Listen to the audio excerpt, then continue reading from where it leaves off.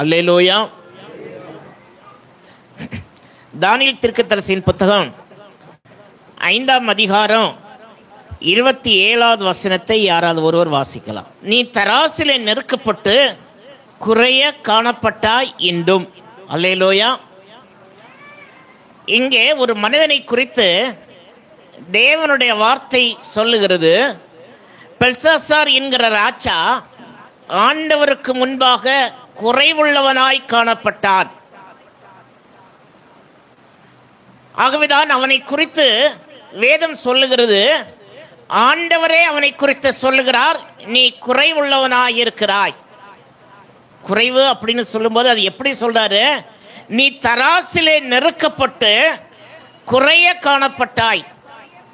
நம்ம எல்லாம் ஆண்டவர் நிறுத்து பார்க்கிறாரு, நம்ம எந்த அளவுக்கு ஆண்டவருக்கு முன்பாக நிறைவுள்ளவர்களாக இருக்கிறோம் அப்படின்னு சொல்லிட்டு. நமக்கு எல்லாருக்கும் ஒரு பழக்கம், ரேஷன் கடையில் போய் அரிசி வாங்க போய் அங்கே அரிசி வாங்க போனால் 20 கிலோ அரிசின்னு சொன்னால் குறைவாக தான் கொடுப்பாங்கல்ல.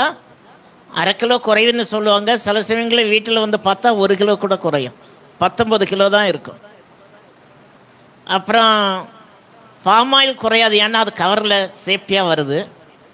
பருப்பு வாங்க போனால் 50 கிராம் 100 கிராம் கூட குறைஞ்சிரும். சீனி வாங்கினாலும் அப்படி தான். நமக்கு இது பழக்கப்பட்டு போச்சு.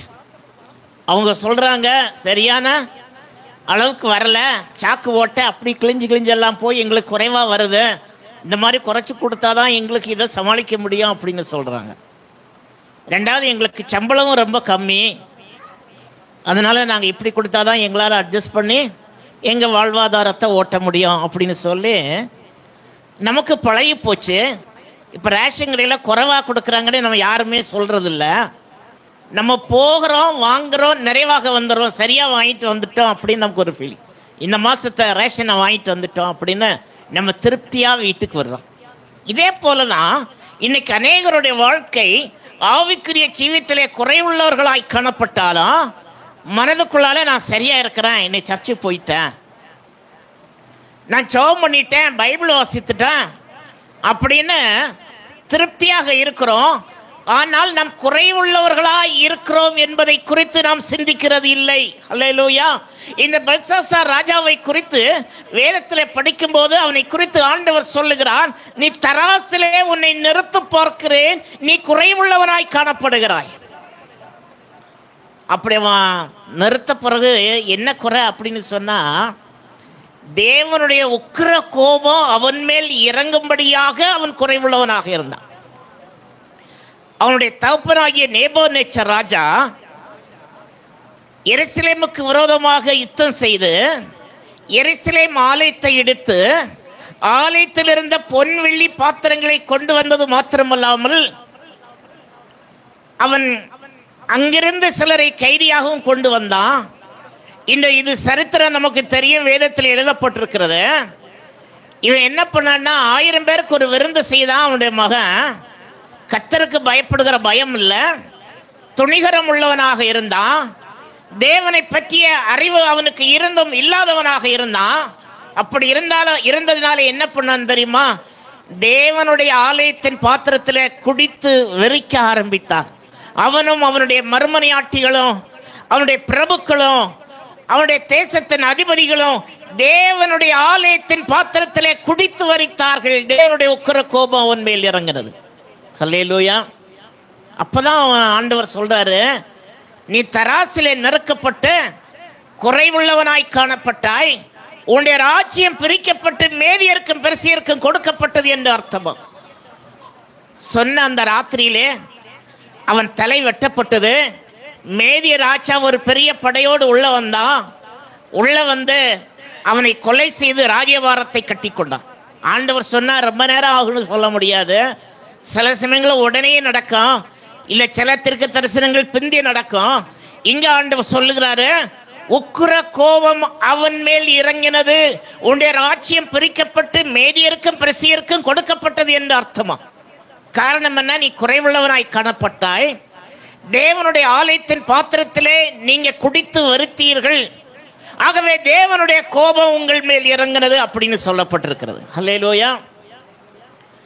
அவன் ஏன் அப்படி ஆண்டவருடைய பாத்திரத்தில் குடித்து வரித்து காணப்பட்டான்னு சொன்னால் அவனை குறித்து அவனுக்கு ஒரு கான்ஃபிடென்ட், என்னை அசைக்க யாராலும் முடியாது. அவன் என்ன பண்ணான்னா 15 மைல் நீளமும் 15 மைல் அகலமும் கொண்ட ஒரு பெரிய கோட்டையை கட்டினான். அந்த கோட்டையினுடைய அகலம் 87 அடி, அதனுடைய உயரம் 350 அடி. நம்ம பேஸ்மெண்ட் போடணும்னா, வீட்டுக்கோ ஒரு காம்பவுண்டு சுவருக்கோ பேஸ்மெண்ட் போடணும்னா 1.25 அடியா 1.5 அடியான்னு யோசிப்போம். கொத்தனார்கிட்ட 1.25 அடியில் போடுங்க அப்படின்னு சொல்லுவோம். இல்லை, அவர் கொத்தனார் சொல்லுவார் 1.5 அடியாவது வேணும் அப்படின்னு சொல்லிக்கிட்டு.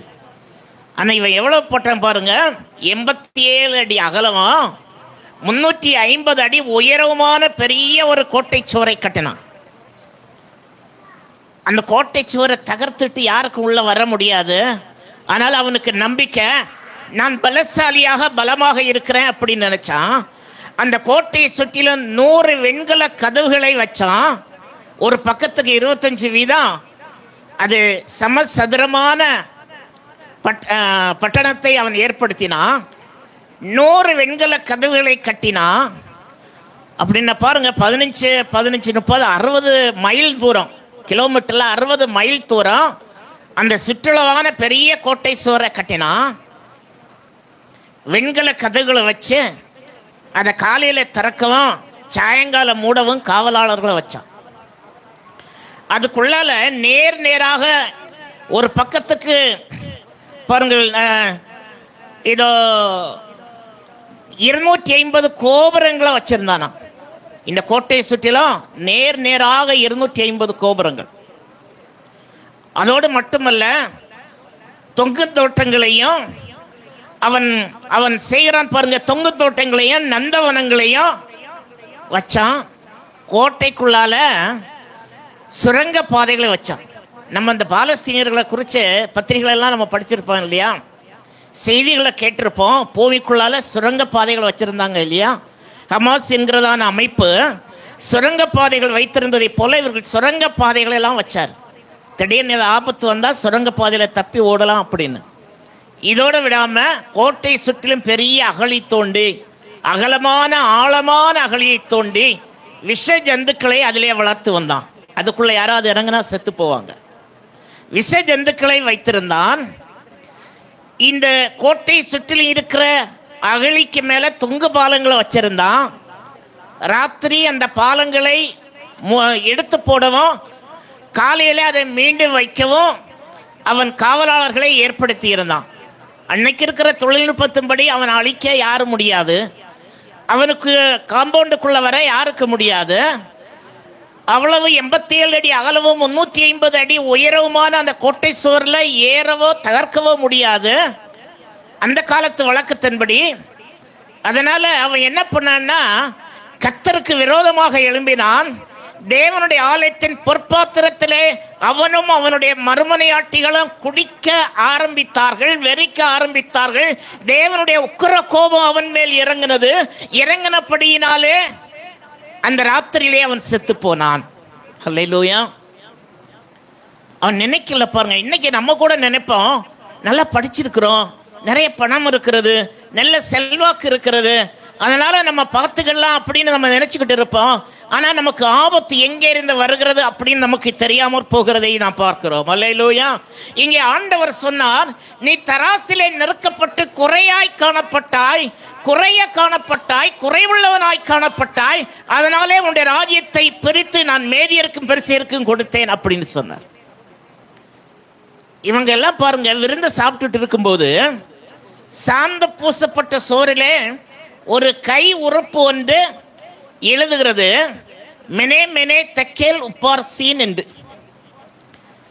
அது என்னன்னு அதுக்கு அர்த்தத்தை தெரியல. தானியேலை கூட்டிட்டு வராங்க, என்னுடைய அர்த்தத்தை சொல்ல வேண்டும் அப்படின்னு சொல்லிட்டு.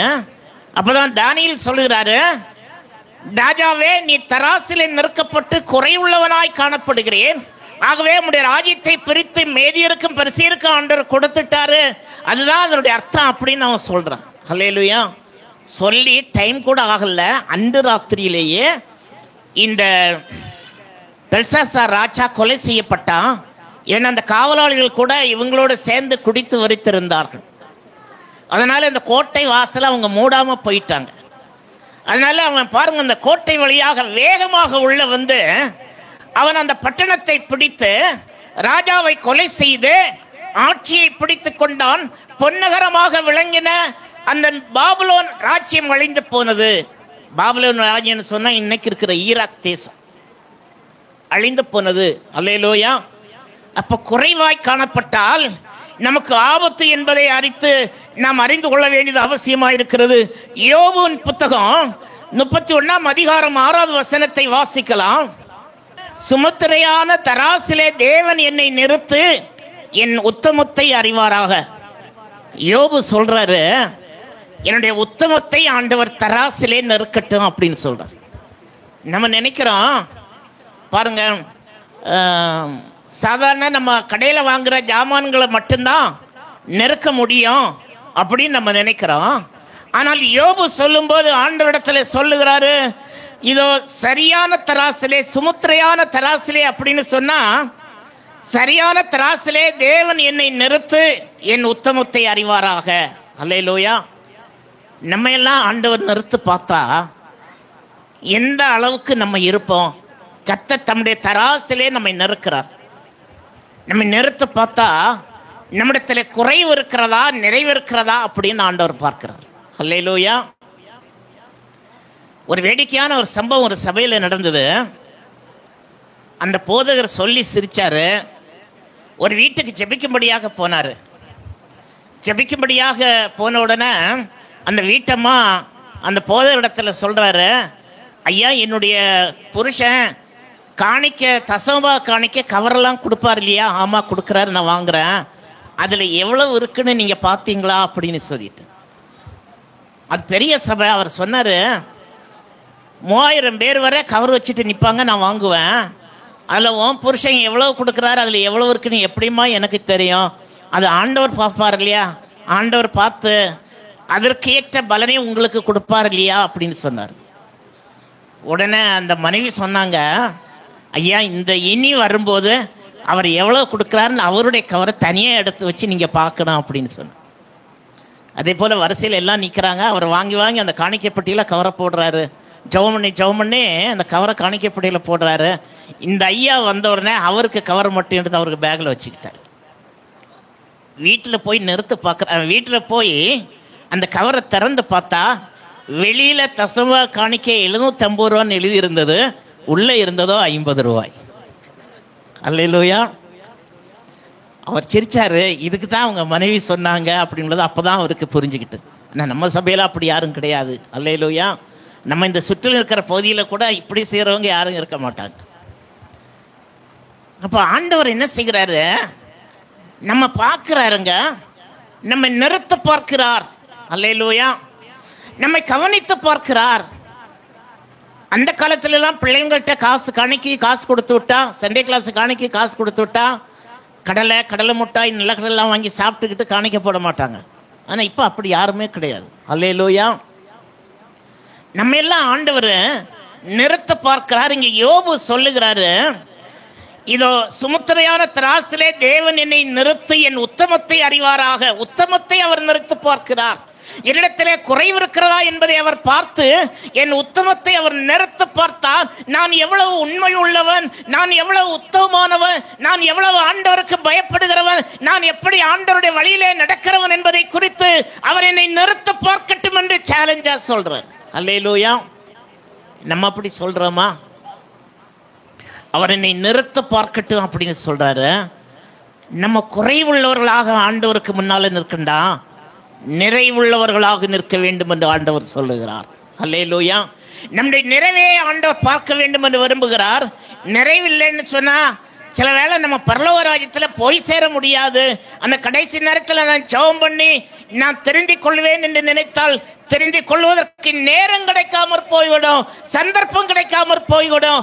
ஆகவே ஆண்டவருடைய பிள்ளைகள் ஆகிய நாம் அறியும் போது நம்மை ஆண்டவர் நிறுத்த பார்க்கிறார். நம்முடைய பரிசுத்தம் எவ்வளவு அப்படின்னு நிறுத்த பார்க்கிறார்.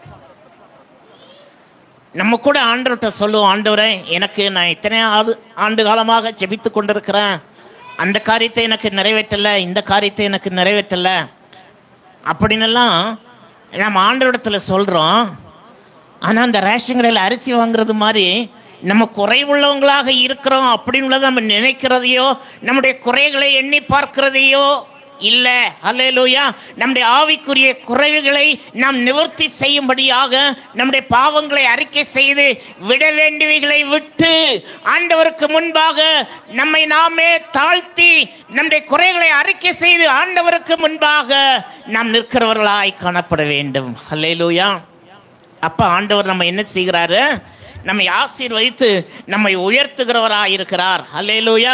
லேவியராகமத்தில் நம்ம படிக்கும்போது 19ஆம் அதிகாரம் 36, 37 வசனங்களை வாசிப்போமேயானால், இங்கே ஆண்டவர் சொல்லுகிறாரு, சுமுத்திரையான தராசும் சுமுத்திரையான நிறைக்கல்லும் சுமுத்திரையான மரக்காலும் சுமுத்திரையான படியும் உங்களுக்கு இருக்க வேண்டும். நான் உங்களை ஏற்று திசையிலிருந்து புறப்பட பண்ணின உங்கள் தேவனாகிய கர்த்தர். சுமுத்திரையானன்னு சொன்ன சரியான அளவு நம்மகிட்ட இருக்கணும் அப்படின்னு சொல்லிட்டு. அல்லேலூயா. கடையில் ஒரு பொருள் வாங்கினேன்னா, நல்ல ஸ்டாண்டர்டான கடையில் வாங்கினேன்னா 1 கிலோ வாங்கினா கட்டாயம் 1 கிலோ இருக்கும். ஏன்னா அவனுடைய இடம் அந்த கடையினுடைய ஸ்டாண்டர்டு. அவன் 50 கிராமோ 25 கிராமோ என்ன பண்ணால் குறைச்சி கொடுக்க மாட்டான், சரியாக கொடுப்பான். கர்த்தருடைய நாமம் மையப்படுவதாக. அல்லேலூயா. ஆனால் பெட்ரோல் பேங்கில் போய் நம்ம பெட்ரோல் அடித்தா 1 லிட்டரில் 20 மில்லி அப்படின்னு கொஞ்சம் கொஞ்சம் அளவு குறைவாக தான் நமக்கு இருக்கும். ஏன்னா அவங்க பெட்ரோலில் லாபம் இல்லை அப்படின்னு சொல்லிக்கிட்டு அந்த இதை குறைச்சி கொடுக்குறாங்க. ஆனால் சில பெட்ரோல் பங்கில் அப்படி எங்களுக்கு வேண்டாம், கிடைக்கிற லாபம் கிடைச்சா போதும், நாங்கள் சரியாக கொடுப்போன்னு சொல்கிறவங்களும் இருக்கிறாங்க. ஆண்டவருக்கு பயப்படுறவர்களும் ஆண்டவருக்கு பயப்படாதவர்களும் இந்த உலகத்தில் இருக்கிறதை நாம் பார்க்கிறோம். இங்கே வேதம் நமக்கு சொல்லுகிறது, சுமுத்திரையான தராசு சுமுத்திரையான நிறைக்கல்லும் சுமுத்திரையான மரக்காலும் இருக்க வேண்டும் என்று ஆண்டவர் சொல்லுகிறார். அல்லேலூயா. அந்த காலத்துலலாம் சின்ன சின்ன வியாபாரிகள் என்ன பண்ணான்னா, பொருளை வாங்குறதுக்கு ஒரு இடைக்கல்லை பயன்படுத்துவாங்க, பொருளை விற்கிறதுக்கு இன்னொரு இடைக்கல்லை பயன்படுத்துவாங்க. வாங்கிறதுக்கு அந்த கல் இடைக்கல் 1 கிலோன்னு சொன்னால் 1.25 கிலோ இருக்கும். அந்த இடைக்கல் ஏதாவது அடியில் ஆணியோ அல்லது இரும்போ என்னாவது வச்சு அடித்து அதை கரெக்டாக அவங்க கொஞ்சம் கூட்டி வச்சுருப்பாங்க. அது வச்சு வாங்குவாங்க. விற்கிறதுக்கு கரெக்டான கல்லை வச்சு விற்பாங்க. இப்படியெல்லாம் செய்கிறத அந்த காலத்தில் வழக்கமாக இருந்திருக்கிறது. ஆனால் இப்போ அப்படி இல்லை, எல்லாம் கம்ப்யூட்டர் தராசு வந்துச்சு. அந்த கம்ப்யூட்டர் தராசில் சரியாக இருக்கும் அப்படின்னு சொல்லிக்கிட்டு நம்ம எல்லாம் அதை முழுமையாக நம்புகிறோம். அல்லேலூயா. ஆனால் அந்த விஞ்ஞானிகள் சொல்லும்போது சாதாரண தராசுக்கும் மற்ற தராசுகளுக்கு உள்ள வித்தியாசம் என்ன அப்படின்னு கல்லூரியில் நான் படிக்கும்போது எனக்கு சொல்லி கொடுத்தாங்க. கிராவிட்டி, அதாவது புவியீர்ப்பு விசையும் நம்ம பொருளும் சேர்ந்து தான் எடை அப்படின்னு சொல்லிட்டு, 1 கிலோவுக்கு நம்ம ஒரு அரிசியை வாங்குறோன்னு வைத்துக்கொள்வோம். அவங்க அதை என்ன பண்ணுவாங்கன்னா, தராசில் வச்சு நெருப்பாங்க. நெருக்கும்போது புவியீர்ப்பு விசையினுடைய சக்தி ப்ளஸ் அதனுடைய வெயிட் ரெண்டும் சேர்ந்து தான் 1 கிலோ. அது நமக்கு தெரியாது. அப்போ புவியீர்ப்பு விசை இல்லாத ஒரு இடத்துல போய் அந்த 1 கிலோவை நிறுத்து பார்த்தா கொஞ்சம் இடையில வித்தியாசம் இருக்கும். இந்த புவியீர்ப்பு விசை இடத்துக்கு இடம் மாறும். ரொம்ப உயரமான இடத்துல போகும்போது கொஞ்சம் குறைவாக இருக்கும், ஆழமான இடத்துல கொஞ்சம் கூடுதலாக இருக்கும். ஒவ்வொரு மாநிலத்திலையும் புவியீர்ப்பு விசை கொஞ்சம் கொஞ்சம் ஸ்லைட் டிஃப்ரென்ஸ் இருக்கும். நினைக்கிறேன் ஒரு 5 கிராம் 10 கிராம் டிஃப்ரெண்ட் வரும் அப்படின்னு நினைக்கிறேன். ஆனால் காமன் பேலன்ஸ் அப்படின்னு சொல்லும்போது பௌதிக திராசு அல்லது ஒரு பக்கம் எடையை வச்சு மறுபக்கம் பொருளை வைக்கிற திராசு அப்படின்னு சொல்லும்போது அந்த தராசில் இந்த பக்கம் கிராவிட்டி, அந்த பக்கம் கிராவிட்டி, இந்த பக்கம் வெயிட்டு. அப்போ எங்கே நிறுத்தாலும் என்ன செய்யாது, அது எடை வித்தியாசமே வராது. அதான் அந்த காலத்தில் வச்சுருந்தாங்க. அந்த கிராவிட்டியோட சேர்த்து வச்சிருக்கிறதுனால என்ன பண்ணுறேன்னா, அந்த தராசில் நம்ம நிறுத்தா வித்தியாசம் வராது. அல்லேலூயா. ஏன்னா இந்த பக்கம் இருக்கிற வெயிட்டு தான் அந்த பக்கம் இருக்கு இல்லையா.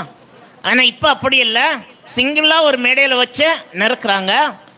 நிறுக்கும்போது சரியாக இருக்குன்னு நம்ம முழுமையாக அது கம்ப்யூட்டர் தராசு இல்லையா அப்படின்னு நம்ம நினைக்கிறோம். ஆனால் காஸ்ட்லியான பொருள் 1 கிலோவுக்கு 50,000 அல்லது 1,00,000 ரூபா விலையுள்ள பொருட்களை வாங்க போனால் அது எந்த அளவுக்கு கரெக்டாக இருக்கும் அப்படின்னு நமக்கு சொல்லிக்கொள்ள எனக்கு தெரியல. அல்லேலூயா. ஆனால் வேதத்தில் சொல்லப்பட்டிருக்கிறது, இங்கே ஆண்டவர் லேவியராமத்தில் இஸ்ரவேல் ஜனங்களுக்கு நியாயப்பிரமாணமாக சட்டத்திட்டமாக கொடுக்கும்போது எல்லாரும் சரியான அளவுகோல் வைத்திருக்க வேண்டும் என்று சொன்னார். விறகு வாங்க போனாலும் அரிசி வாங்க போனாலும் இடைக்கல் எல்லாம் சரியாக இருக்கணும். குறைவுபட்ட தராசை வைத்து நாம் ஒரு பொருளை விற்கக்கூடாது என்று சொல்லி சரியான அளவுகோல் இருக்க வேண்டும் என்று சொன்னார். அல்லேலூயா. அது மரக்காலாக இருந்தாலும் சரி, அது இடைக்கல்லாக இருந்தாலும் சரியாக இருக்கணும் அப்படின்னு ஆண்டவர் சொன்னார். அப்படி இல்லைன்னா அது ஆண்டவருக்கு அருவருப்பாக இருக்கும் என்று வேதம் நமக்கு சொல்லுகிறதை நாம் அறிந்திருக்கிறோம். இதைத்தான் நம் ஆண்டவருடைய பிள்ளைகளாகிய நாம் சரியான அளவுகோலை ஆண்டவருக்கு முன்பாக நிறுத்தி கொள்ளுகிறவர்களாக இருக்க வேண்டும். அல்லேலூயா. நம்முடைய மெஷர்மெண்ட் நம்முடைய அறிவின்படி அல்ல, நம்முடைய நியாயத்தின்படி அல்ல, நம்முடைய தோற்றத்தின்படி அல்ல, நம்முடைய மனசாட்சியின் படி அல்ல, வேதம் சொல்லுகிறபடி நம்முடைய அளவுகோல் இருக்க வேண்டும். அல்லேலூயா. இதை செய்யாத அப்படின்னு சொன்னா செய்யக்கூடாது, இதை போடாத அப்படின்னு சொன்னா போகக்கூடாது, போடக்கூடாது, இங்க போகக்கூடாது அப்படின்னு சொன்னா நம்ம போகக்கூடாது. அல்லேலூயா. இதை செய்யக்கூடாது அப்படின்னு சொன்னா செய்யக்கூடாது. பாருங்க, நம்முடைய சபையில் உள்ள பெற்றோர்கள் பிள்ளைகளை வேலைக்கு அனுப்பிட்டு, ஞாயிற்றுக்கிழமை வேலைக்கு அனுப்பிட்டு நம்ம சர்ச்சுக்கு வருவோம்னா இது ஆண்டவருடைய அளவுகோலின்படி தவறானது என்பதை நாம் அறிந்திருக்கிறோம். அல்லேலூயா. ஆகவேதான் நம் ஆண்டவருக்கு பிரியமானவர்களாய் ஆண்டவருடைய வழியிலே நடக்கிற உண்மை உள்ளவர்களாக இருக்க வேண்டும் என்று வேதம் நமக்கு சொல்லுகிறது. இங்கே அவர் சொல்லும் போது இஸ்ரவேல் ஜனங்களுக்கு நியாயப்பிரமாணம் கொடுக்கும் போது சரியான அளவுகோலை உடையவர்களாக இருக்க வேண்டும். நம் சரியான அளவுகோலை உடையவர்களாக இருந்து சரியான வழியிலே ஆண்டவருடைய பாதத்திலே காத்திருந்து சரியானதை செய்கிறவர்களாக இருக்க வேண்டும். ஒரு சின்ன பொய் தான் சொன்னேன், அதனால பாவம் இருக்காது அப்படின்னு நம்ம சொல்ல முடியாது. அல்லேலூயா. சின்ன பொய் பெரிய பொய்ன்னு எல்லாம் ஆண்டவரிடத்துல கிடையாது. பொய் சொல்லக்கூடாதுன்னா பொய் சொல்லக்கூடாது, அவ்வளோதான். இதை அணியக்கூடாது அப்படின்னு சொன்னால் அணியக்கூடாது, அவ்வளோதான். அதில் சின்னதாக போட்டுக்கலாம் பெரிதாக போட்டுக்கலாம் அப்படின்னலாம் நமக்கு வேதத்தில் கொடுக்கப்படலை. ஆண்டவருடைய அளவின்படி சரியான சுமுத்திரையின்படி சுமுத்திரையான தராசிலே நாம் நெருக்கப்படுகிறவர்களாய் இருக்கிறபடியாலே அப்படியே செய்கிறவர்களாய் காணப்பட வேண்டும். யோபின் புத்தகம் 6ஆம் அதிகாரம் 2ஆம் வசனத்தை நாம் வாசிக்கும் போது இங்கே யோபு சொல்லுகிறாரு, சோதனையின் காலத்தில் அவர் சொல்றாரு, என் சஞ்சலம் நெருக்கப்பட்டு என் நிர்பந்தமெல்லாம் தராசிலே வைக்கப்பட்டால் நலமாயிருக்கும். அவர் சொல்றாரு, ஆண்டவரே என்னுடைய கவலையை நீ நிறுத்து பாரும் ஆண்டவரே, என்னுடைய நிர்பந்தத்தை நீ நிறுத்து பாரும் ஆண்டவரே, என்னுடைய வியாகுலத்தை நீ நிறுத்து பாரும் ஆண்டவரே, இவைகளெல்லாம் தராசிலே நெருக்கப்பட்டு அதற்கு உமக்கு முன்னாக இருக்குமானால் அது நலமாயிருக்கும் அப்படின்னு சொல்றார். அல்லேலூயா. நம்ம என்ன பேசினாலும் ஆண்டவரிடத்துல தான் பேசணும், மனுஷனிடத்துல பேசக்கூடாது.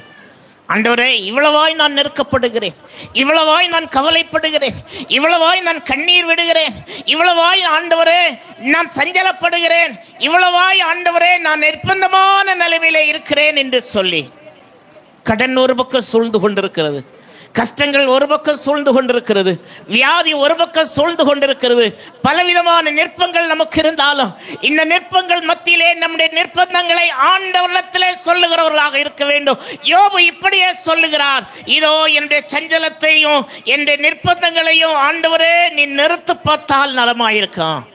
நான் எவ்வளவு கஷ்டப்படுகிறேன் அப்படின்னு சொல்லிட்டு, நான் என்ன துன்பப்படுகிறேன் அப்படின்னு நீ நிறுத்து பார்த்தால் நலமாக இருக்கும். மனுஷனிடத்தில் சொன்னால் இன்னும் கொஞ்சம் கூட நம்ம தூஷிப்பாங்க இல்லையா? நம்ம கஷ்டத்தை போய் சொன்னால் இன்னும் தூஷிப்பாங்க.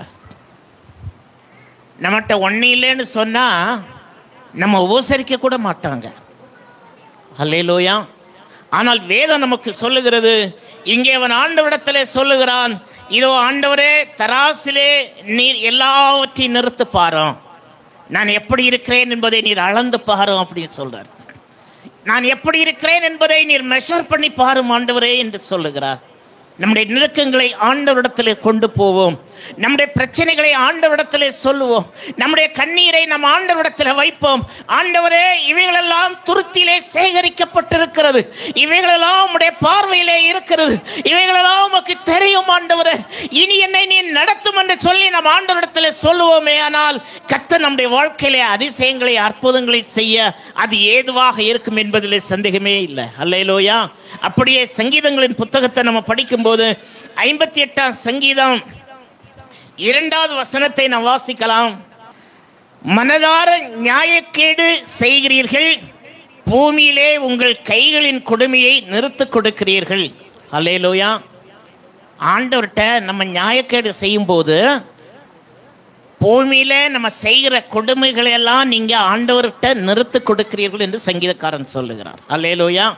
தாவீது இந்த பாடல்களை பாடும்போது அவர் சொல்லுகிறாரு, மனதார நியாயக்கேடு செய்கிறீர்கள். நியாயக்கேடான காரியங்க நம்ம யாருமே என்ன செய்யக்கூடாது. அது பக்கத்து வீட்டுக்காரங்களா இருந்தாலும் சரி, அடுத்த வீட்டுக்காரங்களா இருந்தாலும் சரி, நம்ம சொந்தக்காரங்களா இருந்தாலும் சரி, நம்முடைய பிள்ளைகளாக இருந்தாலும் சரி, நியாயமில்லாத நீதி இல்லாத காரியங்களை நாம் செய்யக்கூடாது என்று வேதம் சொல்லுகிறது. மனதார நியாயக்கேடு செய்கிறீர்கள், பூமியிலே உங்கள் கைகளின் கொடுமைகளை நிறுத்த கொடுக்கிறீர்கள். கை கொடுமையினாலே நிறைந்திருக்கிறது, துன்பத்தினாலே நிறைந்திருக்கிறது. மற்றவர்களுக்கு துன்பம் கொடுக்க வேண்டுமானால் மிகுந்த ஆசைப்படுகிறவர்களாக இருக்க வேண்டாம். ஆனால் நம்முடைய கொடுமைகள் எல்லாம் ஆண்டவர் நிறுத்து பார்க்கிறார் என்று வேதம் சொல்லுகிறது. அல்லேலூயா. ஆகவேதான் இங்கே அவர் சொல்லுகிற, மனதார நியாயக்கேடு செய்கிறீர்கள், பூமியிலே உங்கள் கைகளின் கொடுமையை நிறுத்த கொடுக்கிறீர்கள் என்று சொல்லுகிறார். நம்ம நினைக்கிறது மாதிரி ஆண்டவர் நினைக்கிறது இல்லை. இவைகளெல்லாம் ஆண்டவருடைய பார்வையிலே அளக்க முடியாது என்று நாம் நினைத்து பார்க்க வேண்டாம். நம்மை ஆண்டவர் அளந்து பார்க்கிறார், நம்மை ஆண்டவர் நிறுத்த பார்க்கிறார், நம்முடைய கிரியைகள் எல்லாம் காண்கிறார், நம்முடைய யோசனைகள் எல்லாம் அவர் தூரத்திலிருந்து அறிகிறார், நம்முடைய நினைவுகளே ஆண்டவர் அறிகிறார். நம்முடைய வாயிலே சொல் பிறக்கிறதுக்கு முன்னதாகவே நாம் என்ன சொல்ல போகிறோம் என்பதை அவர் அறிந்திருக்கிறார். அல்லேலூயா. அப்ப நம்ம ஆண்டவர் பார்க்கிறாரு, கொடுமைகளையும் ஆண்டவர் பார்க்கிறார் என்று வேதம் சொல்லுகிறது. கர்த்தருடைய நாமம் மகிமைப்படுவதாக. ஆண்டவருடைய வேதம் நமக்கு சொல்லுகிறபடி ஆண்டவர் சொல்லுகிறார், ஒரு மனிதனை பார்த்து, ராஜாக்களை தள்ளியவர் ராஜாக்களை ஏற்படுத்துகிற தேவன், ராஜாக்களை நியமனம் பண்ணுகிற தேவன், ராஜாக்களை அபிஷேகம் பண்ணுகிற தேவன், ராஜாக்களை இந்த உலகத்துக்கென்று ஏற்படுத்துகிற தேவன். அந்த தேவன் சொல்லுகிறார், நீ தராசிலே நெருக்கப்பட்டு குறையாய் காணப்பட்டாய், குறைவுள்ளவனாய் காணப்பட்டாய், உன்னுடைய ராஜ்யம் பிரிக்கப்பட்டு மேதியருக்கும் பெருசியருக்கும் கொடுக்கப்பட்டதுன்னு சொன்னார். கொடுக்கல, ஆனா கொடுக்கப்பட்டது அப்படின்னு சொன்னாரு. இந்த ராத்திரியிலே அது நடந்தது.